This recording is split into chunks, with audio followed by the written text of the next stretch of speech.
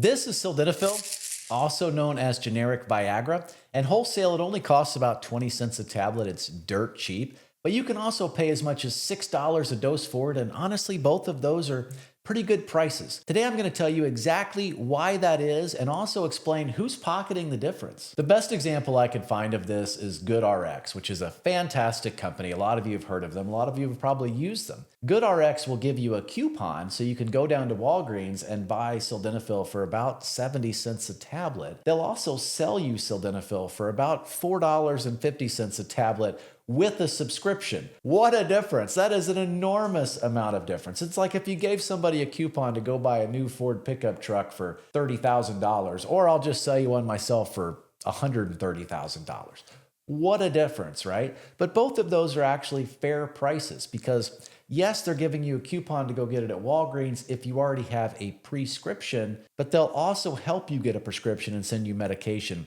That's called telehealth, and that's what I'm going to explain to you right now. I own a telehealth company, so I'm going to explain. I'm going to lift up the hood. I'm going to show you how the sausage is made, whatever words you want to use there. I'm going to tell you exactly what my expenses are. I'm going to explain to you why I pay for medication at this price and sell it to you at this price, which is much, much higher. Look, telehealth at the end of the day is a simple business. You have a patient with a need and you connect them with a doctor, and in the case of ED medication, a pharmacy. And that's what it is. When you're using telehealth, what you're paying for is not just medication, but healthcare. So let's say someone clicks the link in the description of this video because they want treatment for erectile dysfunction. So they click the link, they go to shamelesscare.com. There we sell Sildenafil for about $3 a tablet, no subscriptions. But obviously I don't pay anywhere near $3 a tablet for Sildenafil. So what am I paying for? What am I using that person's money for? Well, let's say that person is from Idaho. I have to connect them with a physician that is licensed in the state of Idaho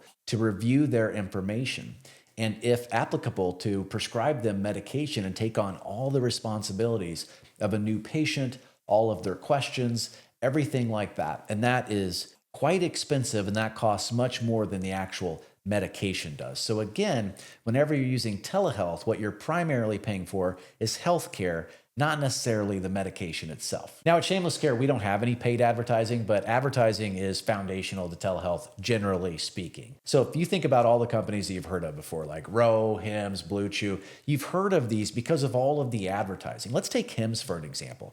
Hims is a publicly traded company, and so their books are more or less public to a certain extent. And according to industry reports, they spend about 48% of their gross annual revenue on advertising. That is enormous. I mean, that is shocking to someone like me because I know how I spend our money at Shameless Care, and I couldn't imagine spending half of my revenue on advertising. If you look at other industries like Ford, Apple, they spend less than 3% of their gross annual revenue on advertising. So 48% is truly enormous. And consumers obviously end up paying for that. So earlier I told you that GoodRx was going to sell me Sildenafil for like $4 and something a tablet, or I could get a coupon from them and go down to Walgreens and get it for like 70 cents a tablet. And I said that both of those are fair prices. And I really do believe that because of everything that goes into telehealth. There's just a lot of work involved with getting someone the actual prescription versus just selling them the wholesale commodity if you were a pharmacy, for example. So let's take a minute to talk about who should use telehealth and who shouldn't, because most people in most circumstances probably shouldn't, and that's probably going to surprise you coming from a guy that owns a telehealth company. So let's first talk about who should use it. Well, first of all, there are some specialty treatments that are just easier to get from telehealth because the company specializes in those things.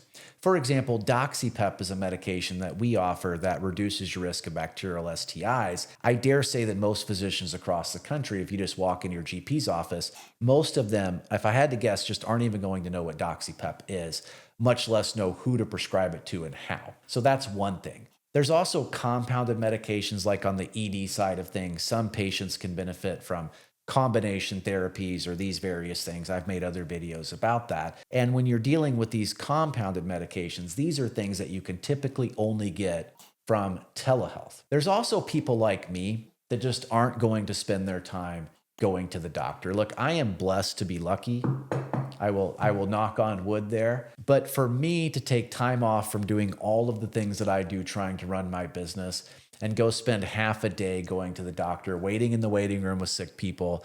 I go into the exam room, the doctor's late, the nurse comes in, asks me why I'm there. I tell her, she types it in the computer, then she leaves. Then the doctor comes in, she asks me what I'm there for. I tell her, she types it in the computer. I'm just sitting there the whole time going, this is such an enormous waste of time.